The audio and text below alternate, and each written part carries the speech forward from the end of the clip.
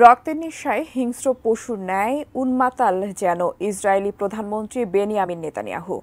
গাজায় হামলার পর এবার রাফা ধ্বংসের নেশায় মরিয়া দখলদার বাহিনী।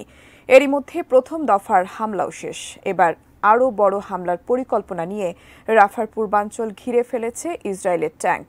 রাত থেকে ইসরায়েলি বাহিনীর সঙ্গে গাজার হামাস ও ইসলামিক জিহাদ যোদ্ধাদের মধ্যে ব্যাপক লড়াইয়ের খবর পাওয়া যাচ্ছে। বিস্তারিত মোহাম্মদ সোহাগ বিশ্বাসের রিপোর্টে। যুক্তরাষ্ট্রসহ আন্তর্জাতিক সম্প্রদায়ের উদ্বেগ উপেক্ষা করে গাজার দক্ষিণাঞ্চলীয় রাফায় বড় ধরনের স্থল অভিযান শুরু করেছে ইসরায়েলি বাহিনী। শুক্রবার রাফার পূর্বাঞ্চল ঘিরে ফেলেছে ইসরায়েলি ট্যাঙ্ক। পূর্ব ও পশ্চিম রাফাকে পৃথককারী মাঝামাঝি সড়কের নিয়ন্ত্রণ নিয়েছে ইসরায়েলি বাহিনী। রাফার বাসিন্দারা বলছে, গতকাল প্রায় সারাদিন রাফার পূর্ব ও উত্তর পূর্বাঞ্চলে বিস্ফোরণ ও গোলাগুলির শব্দ পাওয়া গেছে।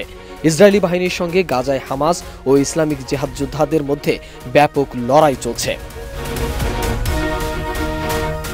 হামাস জানিয়েছে, রাফার পূর্বাঞ্চলে একটি মসজিদের কাছে একাধিক ইসরায়েলি ট্যাঙ্কের উপর হামলা চালিয়েছে তাদের যোদ্ধারা। এতে বোঝা যাচ্ছে রাফা সীমান্ত থেকে কয়েক কিলোমিটার ভিতরে ঢুকে পড়েছে ইসরায়েলি ট্যাঙ্ক।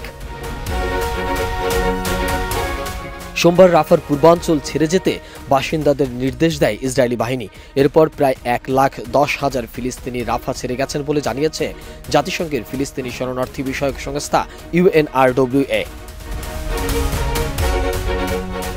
অবরুদ্ধ গাজা উপত্যকা ও মিশরের মধ্যে একমাত্র ক্রসিংটির দখল নিয়েছে রাফার পূর্বাঞ্চলকে দক্ষিণ থেকে বিচ্ছিন্ন করে ফেলেছে ইসরায়েল।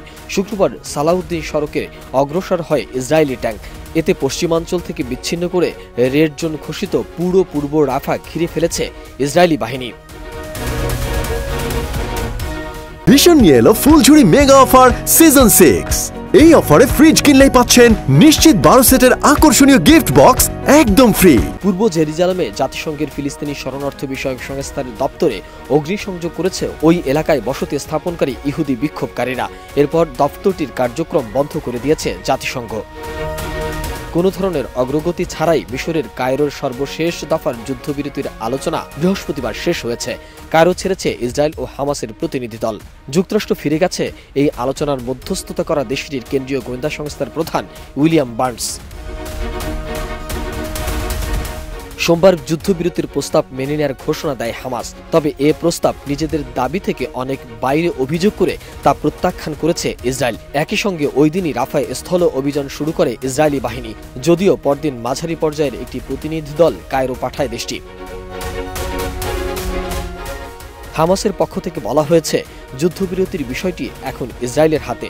যুদ্ধবিরতির চেষ্টা নস্যাৎ করতে ইসরায়েল রাফায় স্থল অভিযান শুরু করেছে। অন্যদিকে মিত্ররা পাশে না দাঁড়ালে প্রয়োজনে একাই রাফায় অভিযান চালিয়ে যাওয়ার ঘোষণা দিয়েছে ইসরায়েলের প্রধানমন্ত্রী বেনিয়ামিন নেতানিয়াহু।